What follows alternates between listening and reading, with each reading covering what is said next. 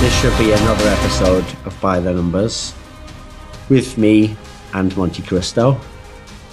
Anyone could say with me technically, but it is me. I have the ego where it's just me, everyone. You all know who I am. So it's the new episode, and people might naively, Monty, I know this will probably shock you, think to yourselves like, well, wait a minute. I distinctly know that playoffs is over in the LCS, and the regionals just happened, and Worlds can't be this week. So why is there a show? Because there's nothing to talk about. Everything's over, right? And then, you know something else, Monty? There might even be people, like me for a second, where I saw a bracket for LCK, and I was like, wait a minute, didn't the gauntlet already? All right, that's right. They already have, they just have double gauntlets over there. Okay, so they make you run one gauntlet, and then they're like, oh, you finished? Did you almost succeed there? You're like, yeah. It's hard, but I didn't succeed, unfortunately. They're like, just run another one. It's like, but what? I just put all that time in. It's really hard, running these gauntlets. That's why they're called gauntlets, So this show, which is sponsored by Alphadraft, features Fantasy League of Legends, and this week, we've actually got tons to do, believe it or not. We've got more than the last week. So we've got the LCK Gauntlet. We've got EU Challenger Series. Oh, yes, we love that. I guess Challenger Series it's promotion. So promotions half and half in the EU. So you at least know half of the people, and maybe some other people if they'd formerly been relegated anyway. And then what was the other one it was? LPL, I think, right? LPL Regionals, Gauntlet. which are not a gauntlet. They are a double elimination semifinal bracket. Okay. Which actually changes things a lot when we talk about that. So, well, I mean, in theory, that system, just as a pure format, is obviously superior to a gauntlet. It's just that a gauntlet is an interesting idea because of how it rewards the circuit points aspect right. and that sort of a thing, Like, I mean, that is actually one thing as a... Yeah. I don't really like this double elimination format when you just had an entire gauntlet and an entire 2 seasons in China to decide who was going. The fact that only one team, the top circuit point team, qualifies, therefore pretty much only one team is rewarded based on the points, circuit points. Now it is seeded according to circuit points, but double elimination makes seeding a lot less relevant than it normally is.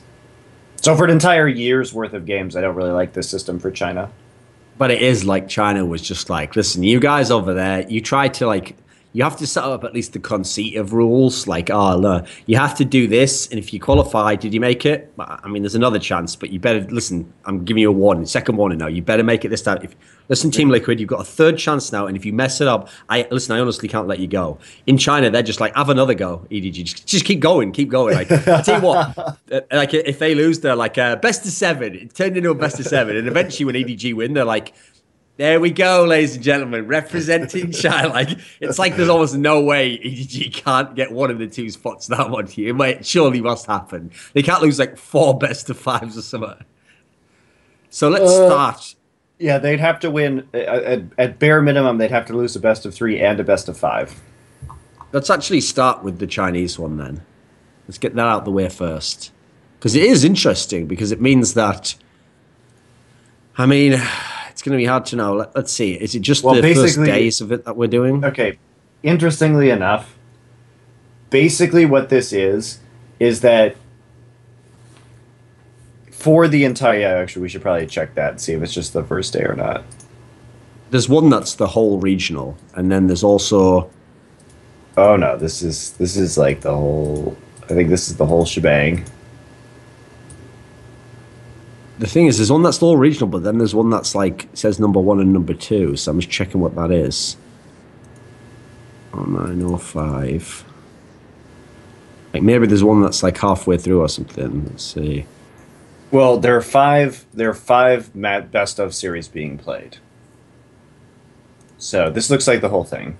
Yeah, looks like they're all the whole thing. Okay, so we're doing the entire regional. So... I guess that's not so bad, but obviously we're going to have to decide which teams have the chances of making it furthest, etc. Right. And here's the thing about this double elimination bracket. Obviously, since if you get knocked into the loser's bracket in the first round, you're going to be playing more matches than any other team. So, and also, there isn't a grand finals being played here. If you make it to the finals, basically you just qualify, right?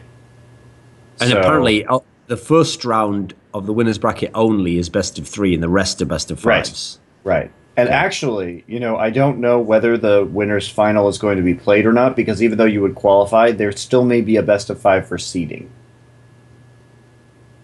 I Now, mean, I I don't would think there imagine is. you wouldn't. I'd imagine you just whoever gets Just from the upper bracket just gets the top seed. I would think that's true too. In any case, or on circuit points based on the end. In any case, what you want to do is pick the team that is going to probably lose in the first round, because then they'll have to, if they want to make the finals. So if there is a team that will lose in the first round and yet go through the losers bracket to make it all the way to the finals, that would be ideal, right? Because they play a best of 3, and then they'd have to play 2 best of 5s, which is 1 best of 5 more than anybody else. But obviously, so by your estimation, would that team be Snake? I would say that is Snake. Because obviously we'd expect them to lose to EDG. Admittedly, it's harder to predict that because it's a best of 3, so you can be a little bit fortunate there. But assuming they lose that, we would imagine they'd have favourable matchups against the other teams and have a chance at the very least to still make the final and then qualify. So they play an extra best of 5. Correct. Over assuming EDG wins all the way through. I mean, I think QG will beat IG again. They did in the playoffs. And so IG and Snake should mean that Snake goes through to the second round. And I think Snake will qualify for Worlds. That's my opinion. Alongside EDG, and since they're facing each other first, that would be a very interesting situation. Now, Martin is 3rd overall, the 80 carry for Snake, when Snake wins, so he's definitely a good pickup. Yu is a good pickup, but the good picks kind of end there because Flandre, Ella, and ZZR, I suppose it depends on which jungler they run, but Snake's other players are not very they don't get a lot of points compared to Martin and Yu. Though Flandre is a decent pick, obviously, because, I mean, even though he doesn't get a massive amount of points, first of all, he gets more than some of the other top laners. And then also you have to add in that since the best 2 players in terms of stats for Snake are the mid and AD carry, unsurprisingly, well, you're going to presumably take a mid or AD carry from EDG anyway, so you can only have so many players, and you need the ones that are cheaper. Or from QG. I mean, if you think they're going to win, TNT and Doinby put up more points than anybody else. EDG's points are actually pretty low.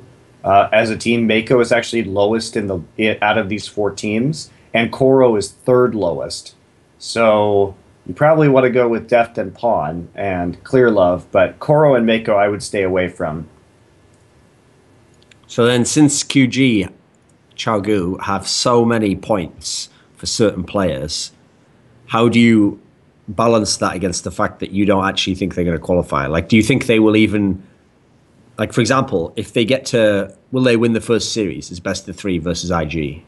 I think they will. They dispatched IG relatively easily in the So then they'll get a minimum of a best of 3 and 2 best of 5s. So it's still pretty good amount of games, right? Right, exactly. They could, if they lose round 2, they could play round 3, and they could play theoretically as many matches as Snake does, I suppose, by that, because they'll get dropped into the losers bracket. So that means that TNT and Doinby are probably quite good investments this week. And Doinby is actually even cheaper than EDG, but he'll probably get more points than Pawn is the weird thing. Because Pawn, again, EDG doesn't win with a lot of points. They win in a cleaner fashion without a lot of kills, whereas QG is all about the team fights. Do you think actually that it's better to just stay away from the EDG players in general then? I would think so, especially because of their expense. And QG is, I think, good enough to win that first match. So that means they're going to be playing a bunch of best of series. So I think Doinby's value is extremely high.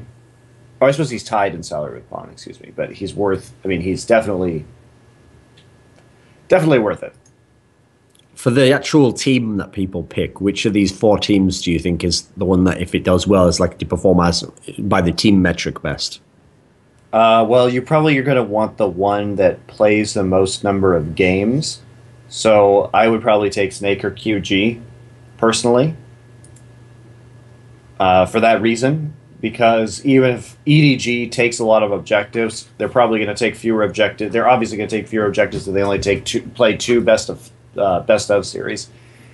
And not only that, but there's still the outside chance that EDG could choke like they did in the playoffs for summer. They didn't look very good in the playoffs. So we'll hope they fix their stuff. I assume that they have, but there is that shot that they just fall apart.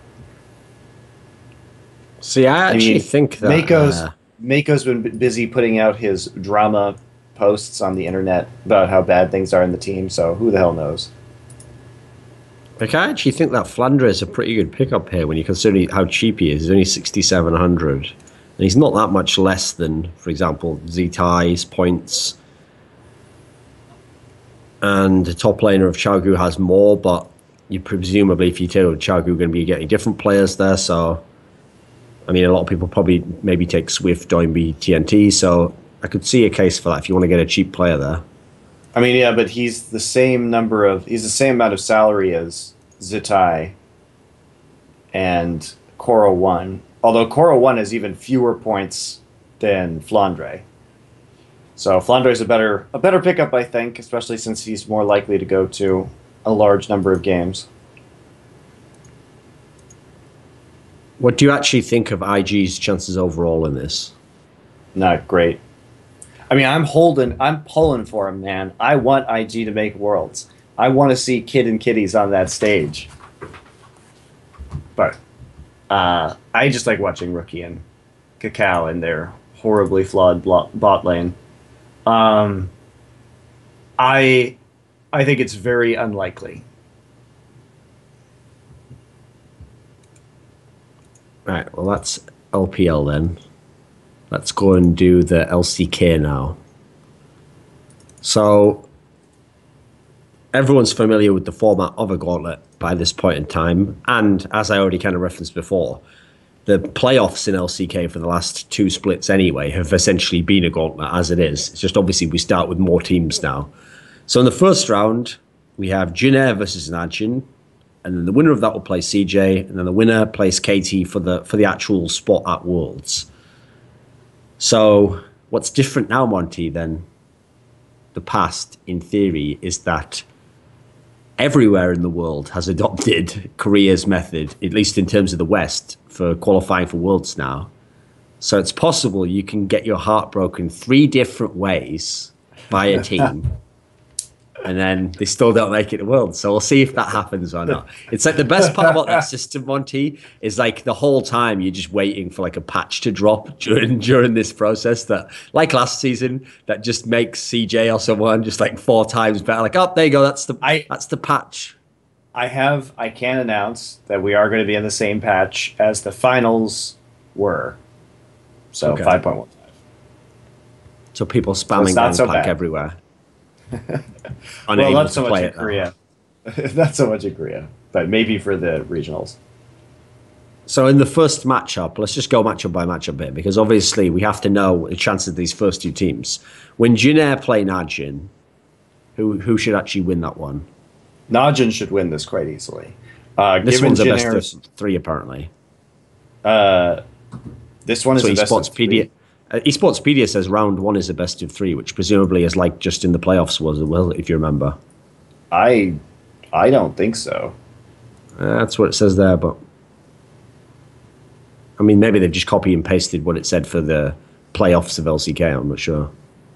Yeah, that would be quite surprising, actually, because that isn't the format that I've heard, and I am casting that tonight. So unless something has changed, I don't think it is. But okay. So will Jin actually be able to prevail in this matchup? I don't think so. And yes, they did. Interesting. I don't think it's a best of 3, but I don't think they will, just because Najin. Sure, they sort of bombed out in the first round of the playoffs versus KOO, and we could say that Jin actually beat KOO to end out the regular season. And Jin seems kind of likely to play winged instead of chaser. So we'll see how that goes for them. But I think Najin should be very strong on this patch. I think it's a really good patch for Najin. I think Duke will be able to pick up champions like Gangplank and do very well on them. And, I mean, when Najin wins lane, they look very dominant.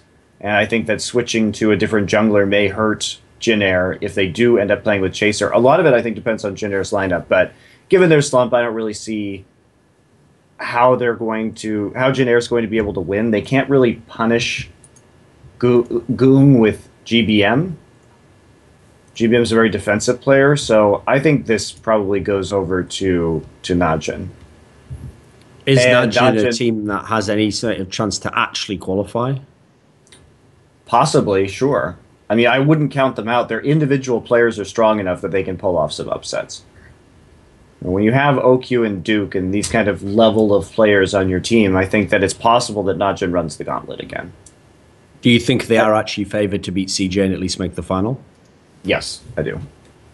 So then are we going to be taking some Najin players here then? Are they a good basis? I would take some Najin players, especially OQ, who has an incredibly high number of points while winning. Surprisingly, in spite of his rather shaky performance, Duke does too. Now, the other shocking thing is the other Najin players are all in the bottom 5, including Duke, where even though he's very lane dominant, he doesn't really join up with the team so well. And so that does affect his point totals. The problem with Duke is a good game for Duke is like 3 kills. So he's not really someone who has like the 14 kill stomp type game, you know, that's other. Well, he might top though. are able to. If he's given something like Gangplank, we may see that. So in the next round where we're hypothesizing Najin plays CJ, in theory, will this be should this be like a full series with tons of kills? Is this where you just load up on Najin, CJ players, and at least you know, like, I'm going to get tons of points in the wins? I mean, Coco is the #1 point getter, right? He's definitely way, way up there when it comes to those fantasy points, and he would probably be a wise player to take because I think the series, that second best of 5 should be very close. Depending, I mean, either way, whoever makes it there, CJ has been playing that well. As of late, they looked pretty wimpy in the playoffs and pretty exposed, and Shy's champion pool is still a major limiting factor. But if you can get Coco for 8,500, I mean, his salary's expensive, but he's definitely worth it. It also seems like CJ actually have pretty good points across the board. Like, for example, Shy is still on 30 points, and you don't think at the moment of Shy as that's an example of where the fantasy points are much better than the player. Like, Shy has better points than Duke. Right. Better points than Duke, better points than Trace, and he is about 0.5 points away from Someday. So, yes, he has been putting up a lot of points. He plays a lot of tanks, plays a lot of Shen, gets assists that way, so he actually does put up the points. So, yeah, I mean, even though he is the most expensive, you know, deservedly so. And even though you said that Najin can run the gauntlet, what do you actually think of CJ's chances of making the final? And if they do, what would their matchup be versus KT be like, do you think? I think their matchup versus KT would be very poor because they don't have a jungler who can control score and Peekaboo the way that Bengi did in the finals, because Ambition just doesn't have... He dies in the jungle a lot, and that's such a perfect matchup for Score and Peekaboo, because when the jungler dies, they take over the game. Whereas what we saw was very patient warding by CJ. So I think if CJ makes the finals, it's a preferential matchup for KT. If Najin makes the finals, I don't really know. Because if Najin has the capacity to win 2 best-of series to hit KT on Saturday, that's pretty consistent play for Najin, and we know that when Najin are good, they're good. So KT are the cheapest team here. So if someone assumes that Najin's going to make it far, and it's going to at least be a good series when they play KT, which KT players do you want to fill a potential roster out with? May want to flex Arrow. I do think OQ is very valuable in this. Someday is the highest point top laner. But again, they're only playing 1 best-of series. So if you're getting KT players, I think you're kind of assuming that like either Najin or Jin Air will win and then lose to CJ, and then CJ will lose to KT, because that's the only way you really get value out of the KT players, right?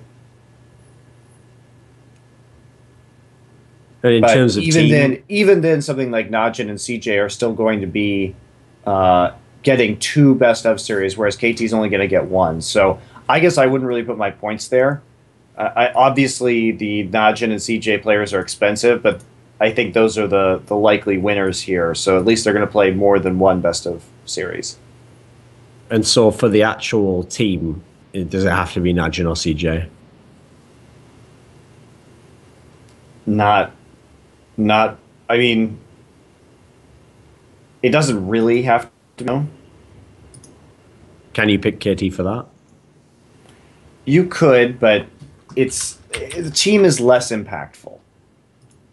Right. I mean, they are the cheapest team. Yeah. I suppose if you really want to free up some points for, I suppose it's more valuable to go for more players who are going to be in more best of series than it is to go for a team. So if you can lower it by some amount, if that's going to help you squeeze in, those $600 are going to help you squeeze in maybe 1 more big player, then perhaps. Obviously, we don't know right now, but entertaining, at least what it says on here, if somehow the first round was a best of 3, does that actually change anything? Does that give a Jinner any chance, do you think? I think it does make a more of an upset potential, but it could get Jinner through. Again, we haven't seen Jinner in a while, so it's a little hard to tell where they're at right now, especially since they ended the season on somewhat of a high note.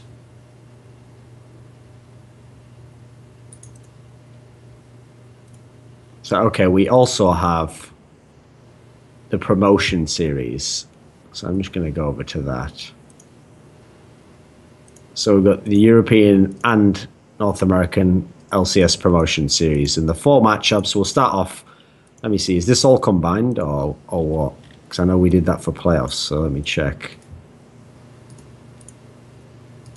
Oh, you can do it by an LCS and the LCS. Okay. So let's do the EU one first. Let me pull it up. So over in EU, we have 2 matchups are SK Gaming, who we all know from LCS, versus Gamers 2, who is a team that have been trying to qualify for a long time and have gone through many, many players. And then the other matchup is Gambit, again, famed lineup, but interestingly, who will be using Pinoy rather than Forgiven against Mouse Sports. And Mouse Sports are a bunch of players where, if you've followed the Challenger scene, you've seen them a bunch of times, but otherwise, not many people from the LCS world are going to know who they are. So just what's the overall expectation for these series? Like SK versus Gamers 2. Do you think Gamers 2 can actually beat SK, a team that obviously was in disarray towards the end of the split? In fact, have changed their support player. So you know how last week we talked about the international wildcards, right? Yep. And I had no idea who some of these teams were and how they were going to do. Well, this is very true of the EU challenger scene. I mean, I guess I can talk a little bit about Gambit and SK and who you should pick because of the stats over the season if you think they're going to win. Yeah. But I honestly have no clue about Gamers 2 or Mouse or who's going to win these series. I mean, what I can tell you is, okay, so in the first matchup, SK versus Gamers 2, first thing to know is that they don't have N-rated, that they're using Noxiac, who was actually, I only found out about because of a news story where when he left, I think MYM, he claimed that they didn't pay him or something. And he's a German player. Candy Panda's a German player, so we've got another German bot lane there. So maybe that doesn't make too much of a difference there. N-rated more of a thinker rather than necessarily as individual player. So I don't know if that should necessarily sway it too much that they've got a new player there. Presumably he's a decent player if they picked him up. There is the issue that when they play against Gamers 2, that's the problem. Not many people are going to know Gamers 2. Now, with that said, first of all, you should know Kikis because that's the team he went up and joined up with. So there's one player we all know. And then of these names, the mid laner Perks is a guy where I know he's been like reasonably hyped for the last few splits. But as far as I know, he was really young. Like I think he might actually still only be 16 now. So I believe that's the reason why, if he's good, he hasn't been into LCS yet or hasn't so far had the opportunity. So Also, Jesus, formerly the mid laner of SK, is the AD carry.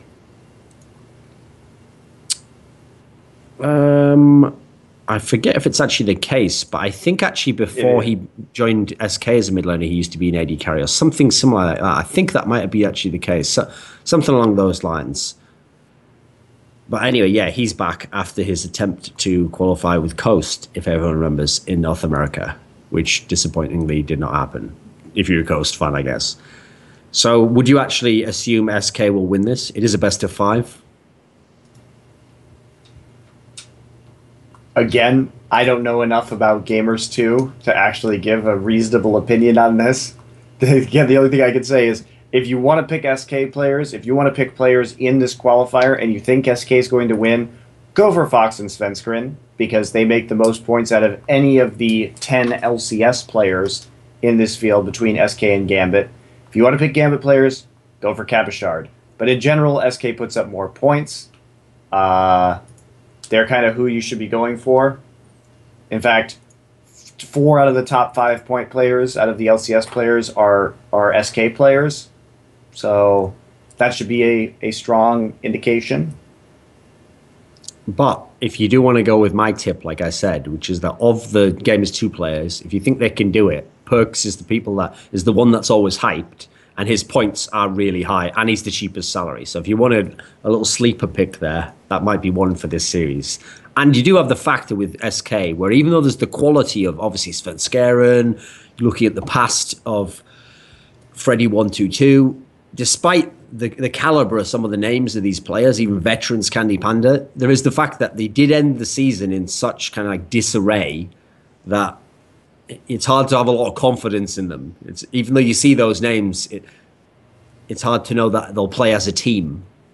So I think that is an issue to be considered in their case. And obviously they're the most expensive in some positions. They're like, let me see, it's AD carry, mid laner, and they're the most expensive actually. So I mean, what's interesting is that Svenskeren isn't even the most expensive jungler, but he puts up the second most points and way more points than Diamondprox.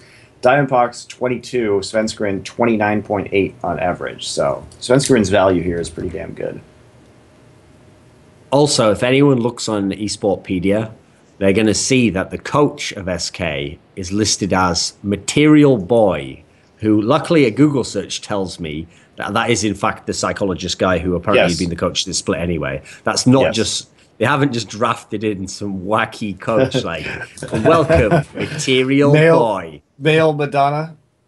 Yeah, just like they were like, listen, the only real reason to get back at LCS is not prestige, etc. Just money alone, you know. So we brought in someone who literally only values money, you know. So we'll see if he can make it. Right, in the other matchup, Gambit against Mouse Sports. This is the one where most people don't know anyone from Mouse Sports, essentially.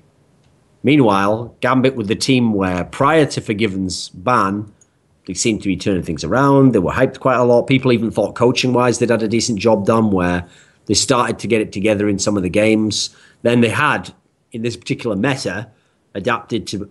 They're one of the teams who already were gung-ho to be a top carry team anyway and funnel everything into Cabashard for good or for ill.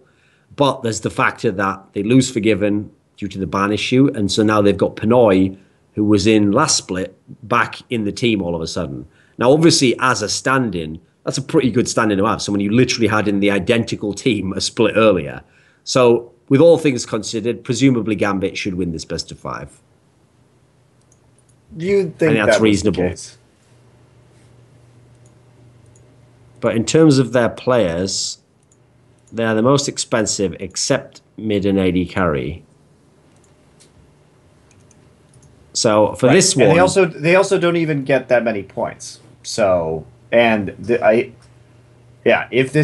are the big favorites, then going into this one and maybe only playing 3 or 4 games may mean that they get even fewer points than they normally do. Now, Cabashard is the one who gets points on Gambit. Absolutely. Now, the thing here is, if you want to gamble that Gambit blow it, I would assume they're going to win, or that it just goes to many, many games. Then a nice pick might be the AD carry Cedrion of Mouse Spots, who has really high point total when they win.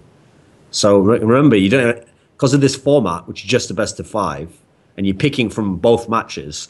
As long as they just get to 5 games, even if they lose, you can still get a lot of points from a player like that. If he's getting 35 every win over even someone who gets obviously like 30 but wins 3 of the games. So that might not be an unreasonable pick, actually, especially when you consider that he's the cheapest AD carry. So I think that's a pretty good roster fill-out type guy once you've picked the players you really want. Just in terms of EUCS points, too, Dan was the second highest on Mouse Sports over the course of the Challenger Series. So as a jungle pick, he's also quite cheap, but he was averaging more points than Diamond Prox. Diamond Prox and Ghostly Pip are the lowest point total players in this out of these 4 teams. So, okay, for this one, the actual format aspect doesn't really have that much of an impact because obviously they just play the one match and then that's it, they're back. So let's go over to the NA version now. So over in the NA one, we have the 8th place team, which is Team 8. Obviously well-known team there. Versus Coast. Coast apparently is just like... Coast are like the zombie organization that cannot ever actually be killed. Whenever they are killed, they just take on some sort of new slight variation of DNA and just return. They're sort of like the cold virus, Monty. They're not going to kill you, but they just keep returning over and over, no matter how effective that medicine is. The problem is with the Zombie Coast organization is that nobody has actually destroyed the head yet. That's the thing. The zombie keeps coming at you. I mean, you can shoot off all of its limbs, but it'll still keep crawling towards you slowly, right? You got to destroy the brain. So this is the team that's coached by St. Vicious, and the player who is the most hyped from Coast is Shrimp, the jungler. I've heard many people saying this guy, I think in fact Shakara's might have said this on Summon Insight, like this guy is like LCS quality, you know, he'd be better than a bunch of the junglers in LCS, because obviously the joke is that some of the junglers in LCS who are in top teams aren't considered actually that strong as players, but apparently he's supposed to be a very good player. So when I'm actually going and looking at him in terms of his points, he's actually 3rd lowest in terms of junglers, which is interesting. That's actually not that great. In fact, the junglers in this he farms a lot. Side, I mean, he farms a lot, but see, the interesting thing is the junglers have reasonably high points in these particular matchups. I don't know what that says about challenger scene / bad teams who drop down. I think that suggests you probably didn't win many games as well, but fair enough. So, what do you actually think of Team 8 as a team? Like, what are their strengths and weaknesses? I mean, if they win, they generally just get carried by Nian. I don't think they have very many strengths besides that. I think it's... With the switch over to Golden Glue, it did help them, I think, a little bit. After Slooshy left the team. But I don't know, man. It's just, they're not very impressive. Out of this, I think that Team 8 actually has a pretty nice shot at losing to Imagine. Imagine is better, I think, than people think that they are. We played them a lot, and we played close matches with them on Renegades, and I think that they have a lot of natural talent with Moon, especially their jungler, and they picked up Steelback, which really improved their bottom lane. So Team 8, if we look at Team 8's strengths as being perhaps Nian Tanso, who has a huge number of points when they win, then that is probably going to be answered by another ex-LCS player in Steelback. And you may hear Steelback and say, oh, wasn't he that guy that got cut by Fnatic and didn't look very good at MSI and lost his lane all the time? And the answer is yes, but he's still very good by NA Challenger standards. And it's also worth pointing out that, yes, Moon is another hyped Challenger jungler. In fact, there's some teams who are now in LCS who apparently, in certain alternate timelines wanted to have this guy, build a team around this guy, But the less said about that, the better, outside of certain Skyplogs. So, oh yeah, that's right. Trying to do sort of a Diana moon dash towards him. So, so you actually think Imagine might be able to upset in that particular best of 5? I think it's possible that it happens. In fact, I think it's very possible that either of these matches are upsets. So, keeping that in mind, I think this is very hard to call because, I mean, enemy going against Coast. Coast, well, I do think Shrimp is overhyped, and I do see him as sort of the second coming of early BDOS, where he just farms all the time and then often gets the most gold for his team, picks up Rek'Sai and just starts split pushing and taking all the farm and all the minion waves, and I don't really think that's a viable strategy at the highest level of play. If you want to talk about Coast, their weak point is sort of Peckinwolf in the mid lane. He doesn't really do much a lot of the time. In fact, what's weird about Coast is that their mid and top lane, in spite of the extremely long games that Coast plays because they don't know how to close the game, and you'd say, well, Chris has been doing really well. Well, Chris actually is like bottom 4 in terms of points. So if you want to go with Coast, probably they don't put up a lot of points in general, which is weird again because of their long games. But Mash and Shrimp are probably the go-to guys here. But do you expect enemy to beat Coast? I don't know. Like I said, I think these series are very, very close, and I don't really know who's going to win. I haven't seen teammate or enemy play in a while because of how long it's been since their last match.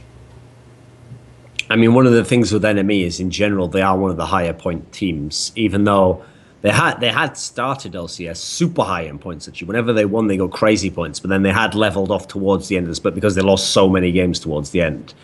In terms of actual teams, the ones, if you want mega points that you want to win, is in a dream world, you'd want enemy and Imagine to win. And right. Those are mad points. And if you want those guys to win, then you want ManCloud and Steelback from Imagine, who actually are numbers 2 and 3 in terms of points. Then they're behind Nien. But ManCloud and Steelback are definitely way up there. I have a feeling Imagine's going to win this series, but we'll see. It would be stunning if ManCloud actually makes it back into LCS. Did you ever see that stat, Monty, where because he'd like not only been on challenger teams, but he'd like constantly like filled in for people? He had some insane stat where he was like 0 and 13 in LAN games or something absolutely ridiculous like that. Where it's like if you want to listen, if you want to do a Jat type joke, someone should make some sort of joke that like. After, I don't know which game it would be. There'd be some game you'd have to find at Season 3 Worlds where the joke would be that someone locked something in and he was just tilted for the rest of his entire career at that point in time, including an entire split and every single match afterwards, because the fall from grace for that one player is absolutely unreal.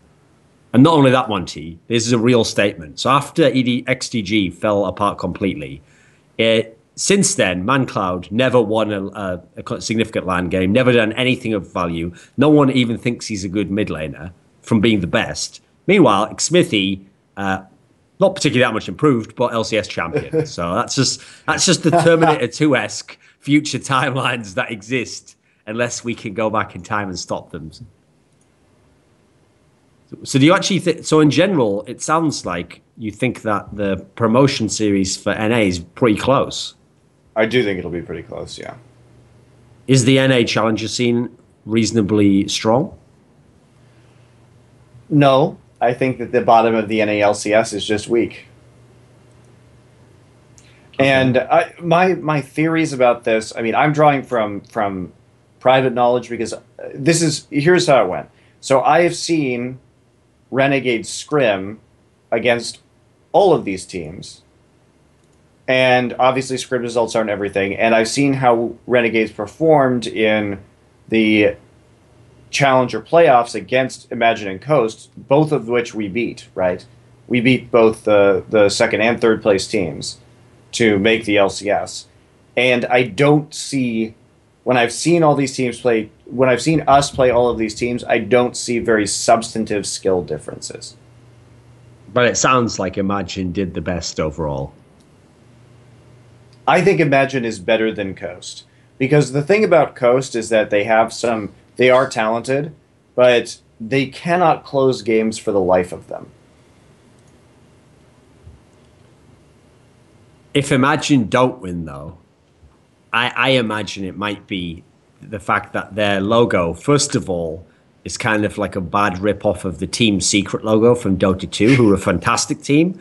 Secondly, maybe... First off, the Team Secret logo is shit, too. And second off, it's just an Eye of Horus ripoff. Okay, but that's the thing. Maybe it invokes some sort of curse from the ancient Egyptian gods who aren't pleased with this. Thirdly, the connotation actually carried by having that symbol, Monty, is that you should definitely win and with incredibly high points. In fact, history of occult symbolism, Monty, tells us that Imagine should win with incredibly high points because the Eye of Horus, interestingly, is also the exact same shape as the gun clip and handle of an AK-47, which is the weapon which has killed the most people in human history. So there's my analysis, Monty, on who I think is going to win this matchup, get the most points. So I'm going to be putting, much like Tupac and other philosophers who I was raised by, I'm going to be putting my AK down and firing the chopper at everyone in this particular tournament. So